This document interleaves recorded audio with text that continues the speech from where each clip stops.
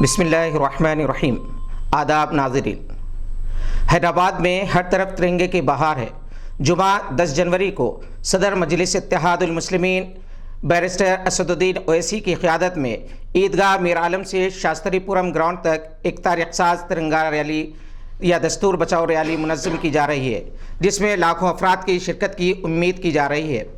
Private schools federation, doctors, advocates, تاجر برادری، صنعت کار، طلباء، اساتذہ کے علاوہ ہر شعبہ حیات سے تعلق رکھنے والے لوگ اس ریلی کو کامیاب بنانے کے لیے اپنے اپنے طور پر اپیل کر رہے ہیں۔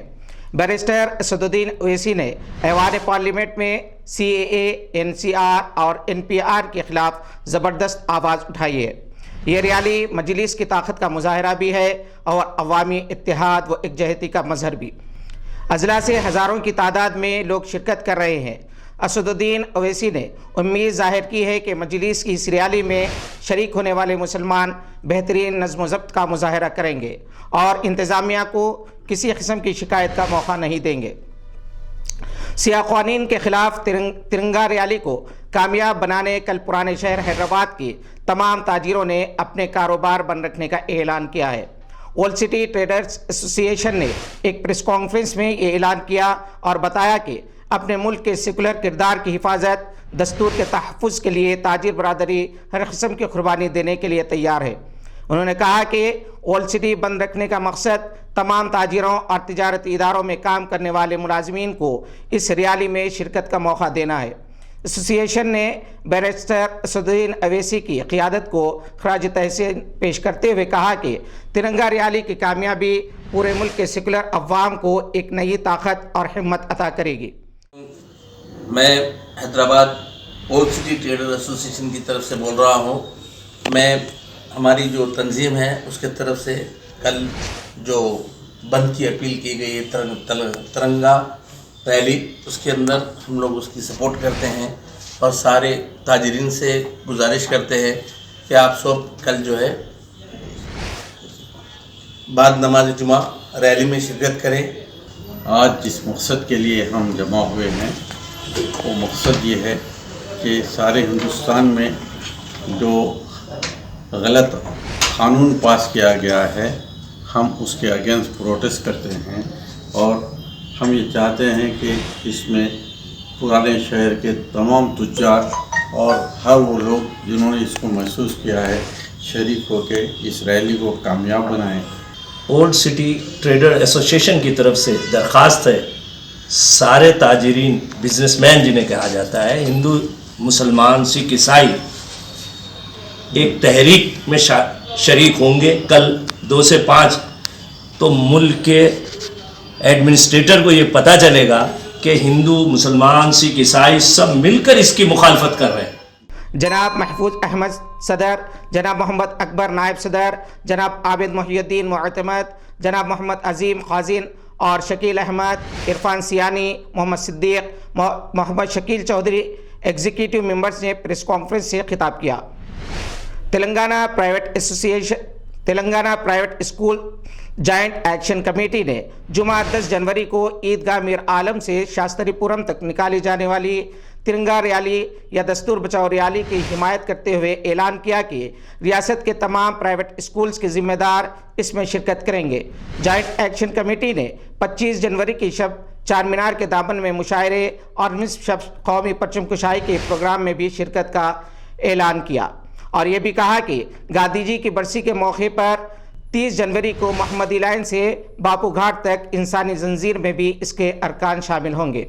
میڈیا پلس آڈیٹوریم میں 8 جنوری کو ایک پریس کانفرنس سے خطاب کرتے ہوئے جوائنٹ ایکشن کمیٹی کے قائدین نے کہا کہ دستور کا تحفظ جمہوری اقدار کی برقراری ہر شہری کی ذمہ داری ہے۔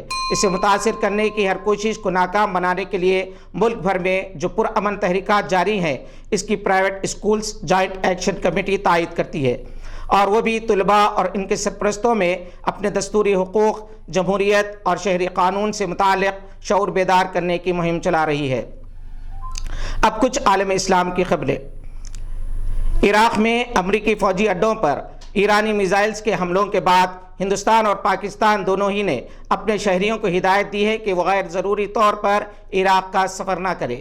عراق نے امریکی فوج کو اپنی سرزمین سے واپس چلے جانے کے لیے کہا تھا، مگر کویت نے دعویٰ کیا ہے کہ فی الحال اس کے امکانات نہیں ہے۔ ایران کے شدید حملے میں 80 امریکی سپاہی کی ہلاکت کا دعویٰ کیا گیا ہے، جس کے بعد ساری دنیا میں ہلچل پیدا ہو گئی ہے، کیونکہ امریکہ نے خود کو دنیا کی سب سے بڑی طاقت قرار دیا تھا۔ ایران نے اس حملے کے بعد کہا کہ امریکہ کا دفاعی نظام ناکام ہو چکا ہے۔ انہوں نے یہ بھی کہا کہ عراق کی سالمیت کا ایران احترام کرتا ہے۔ اس نے نشانہ امریکی فوجی اڈوں کو بنایا ہے۔ اقوام متحدہ کے لیے امریکی مندوب کیلی کرافٹ نے سلامتی کونسل کو لکھے گئے ایک خط میں ایران کی قدس فورس کے جنرل قاسم سیانی پر حملے کو دفاعی اقدام قرار دیا ہے۔ کیلی کرافٹ کا کہنا ہے کہ جنرل سلیمانی کا قتل اقوام متحدہ کے منشور کی دفعہ 51 کے تحت جائز ہے۔ ان کا کہنا ہے کہ ضرورت پڑی تو مشرق وسطیٰ میں اپنے دفاع کے لیے مزید اقدامات اٹھائیں گے۔ جنرل قاسم سلیمانی کی 3 جنوری کو امریکی حملے میں ہلاکت اور پھر 7 جنوری کو ایران کی جانب سے امریکی ٹھکانوں پر بیلسٹک میزائل کے ذریعے جوابی کارروائی کے بعد دونوں ممالک کے درمیان جنگ کے امکانات ختم ہوتے دکھائی دے رہے ہیں۔ امریکی نائب صدر مائک پینس نے خفیہ اطلاعات کی بنیاد پر دعویٰ کیا ہے کہ ایران نے عراق میں موجود اپنی عسکری تنظیموں کو ہدایت دی ہے کہ وہ امریکی تنصیبات کو نشانہ نہ بنائے۔ امریکی صدر ٹرمپ نے پریس کانفرنس سے خطاب کرتے ہوئے کہا ہے کہ وہ ایران کی جانب سے فوجی اڈے پر میزائل حملوں کا جواب دینے کا ارادہ نہیں رکھتے۔ انہوں نے بتایا کہ حملے میں کوئی امریکی ہلاک یا زخمی نہیں ہوا۔ امریکی صدر کا کہنا ہے کہ ایسا نہیں ہے کہ ہمارے پاس بھاری ہتھیار ہیں تو ہم انہیں بہر صورت استعمال بھی کریں۔ امریکہ کا کہنا ہے کہ وہ ایران سے سنجیدگی کے ساتھ غیر مشروط مذاکرات کرنے کے لیے تیار ہے۔ دوسری جانب ایرانی وزیر خارجہ جواد ظریف کے ٹویٹ سے بھی یہی تاثر دکھائی دیتا ہے کہ ایران جنگ نہیں چاہتا۔ انہوں نے اپنے ٹویٹ میں کہا کہ امریکی اڈوں پر حملہ سلیمانی کے قتل کا جواب تھا۔ ہم جنگ یا کشیدگی میں اضافہ نہیں چاہتے، تاہم کسی کی جارحیت کی صورت میں اپنا بھرپور دفاع کریں گے۔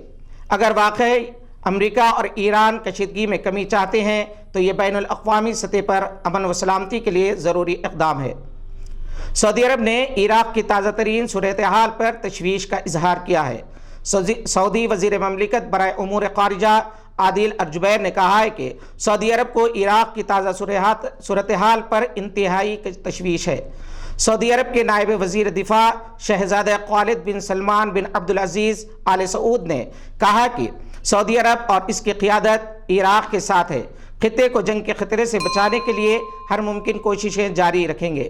انہوں نے کہا کہ ہماری خواہش ہے کہ عراقی شہری امن و امان اور خوشحال زندگی بسر کرے۔ ایران کے دارالحکومت تہران کے قریب چہارشنبے کو گر کر تباہ ہونے والے یوکرین مسافر طیارے میں سوار 176 افراد بشمول 63 کینیڈین شہری بھی ہلاک ہوئے ہیں۔ ہلاک ہونے والوں میں ایک نوبیاہتا جوڑا بھی شامل ہے جن کی شادی ہوئے ابھی 3 روز ہی ہوا تھا۔ ذرائع ابلاغ رائٹرز کے مطابق مغربی کینیڈا کے شہر ایڈمنٹن میں ایرانی ہیریٹیج سوسائٹی کے صدر رضا اکبری نے بتایا کہ البرٹا یونیورسٹی میں کمپیوٹر سائنس کے فارغ التحصیل طلباء 26 سالہ عارش پورازرابی اور 25 سالہ پونا گورجی شادی کے لیے ایران گئے تھے۔ ان کے ساتھ مزید 4 طلباء بھی جہاز میں موجود تھے۔ ان کے علاوہ ایک اور جوڑا جن کی چند روز قبل ہی شادی ہوئی تھی اس حادثے میں ہلاک ہو گیا۔ یہ تھی آج کی کچھ اہم خبریں۔ دیکھتے رہیے گواہ۔